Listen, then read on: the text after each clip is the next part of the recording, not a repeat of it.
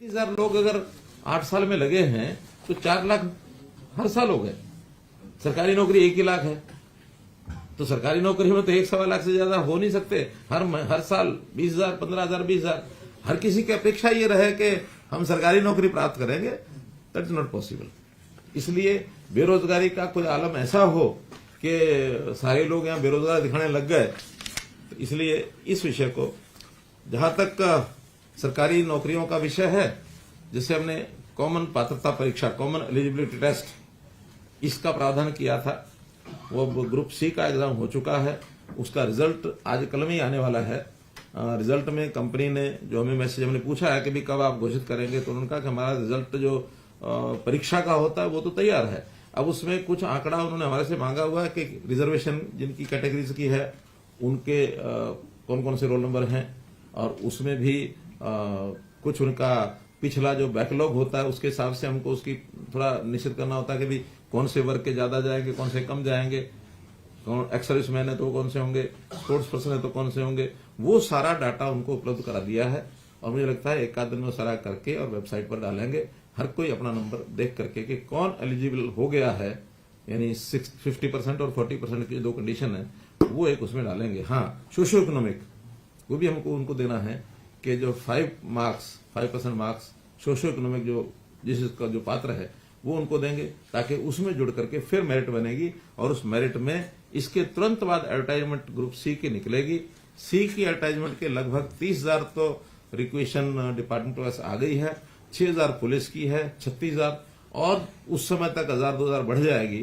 तो इस प्रकार से लगभग 36 और 40 के बीच में ये नौकरियां ग्रुप सी की अगले टीजीटी के अलग है, 7 टीजी, हाँ टीजीटी के अलग है, बिल्कुल ठीक है। तो 36 और 43 इसी साल में हो जाएंगी। ग्रुप सी के इस पात्रता में से वो अगला जो रिजल्ट है उसी में से यानी परीक्षा हो जाएगी। फिर है ग्रुप डी।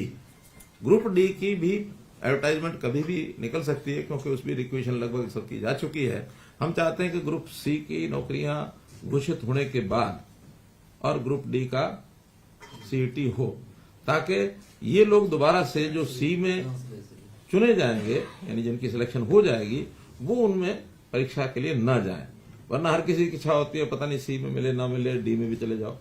तो कम से कम ये जो 30 से 40 या 40-45 हजार जो नौकरियां लग जाएंगी, इनको फिर सी में परीक्षा देने की दोबारा जरूरत नहीं है। बाकी लोग दोबारा देंगे। 3 साल के लिए ये जो कॉमन पात्रता परीक्षा है, ये उसी एक बार परीक्षा में उनको लगातार वो रह सकते हैं। तो ग्रुप सी का भी तो होगा फिर हर साल होगा, वो हर साल का होना, लेकिन इनका 1 साल होने के बाद इनकी मेरिट 3 साल तक लागू रहेगी। इम्प्रूव करने के लिए कर सकते हैं। तो इस साल भी होगा ना ग्रुप सी का? तो होगा ना, ग्रुप सी का इस साल फिर होगा, यानी पहले डी, इस साल वाला डी होगा, फिर सी होगा, अगले साल फिर डी होगा, फिर सी होगा। साल में कितनी हो जाएगी सर टोटल भर्ती? मैंने बताया कि अभी जैसे ग्रुप सी की 42-43, डी की ज्यादा नहीं होंगी, 15-17-20 के आसपास होंगी। कारण क्या कि ग्रुप डी की हमने 18,000 2 साल पहले की थी, तो ये तो बैकलॉग कुछ ज्यादा हो जाता है। सी का बैकलॉग ज्यादा है, कुछ कोविड के कारण से, कुछ वैसे कारणों से। 4 साल पहले ग्रुप डी को मिस हो जाता है। वैसे भी ओवरऑल ग्रुप सी में संख्या ज्यादा है एम्प्लॉइज की, ग्रुप डी में उतनी नहीं है।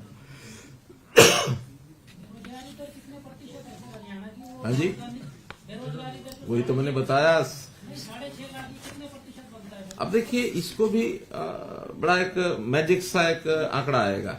अब 6.5 लाख आप 18 साल और 60 साल के बीच की संख्या का अगर प्रतिशत निकालेंगे, तो ये लगभग 6% बैठेगा, क्योंकि 1.25 करोड़ आबादी होती है।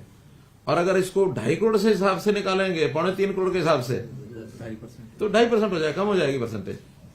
लेकिन हम वास्तव में चाहते हैं कि 18 से 60 के बीच में ही निकाली जाए, क्योंकि जो वर्किंग एज ग्रुप जो होता है वो 18 से 60 ही होता है। तो 18 से 60 के बीच में अगर करेंगे तो ये लगभग 6% के आसपास बैठेगा। ये तो वो डाटा है जो पढ़ा हुआ है या नहीं पढ़ा हुआ, 18 से 60 के बीच में उसने अगर कुछ लिखा हुआ मैं रोजगार नहीं कर रहा, तो वो ये डाटा है। हाँ, जो उसने लिखा मैं बेरोजगार हूँ, क्या वो पढ़ा है या नहीं पढ़ा? हाँ, उसमें कुछ नहीं।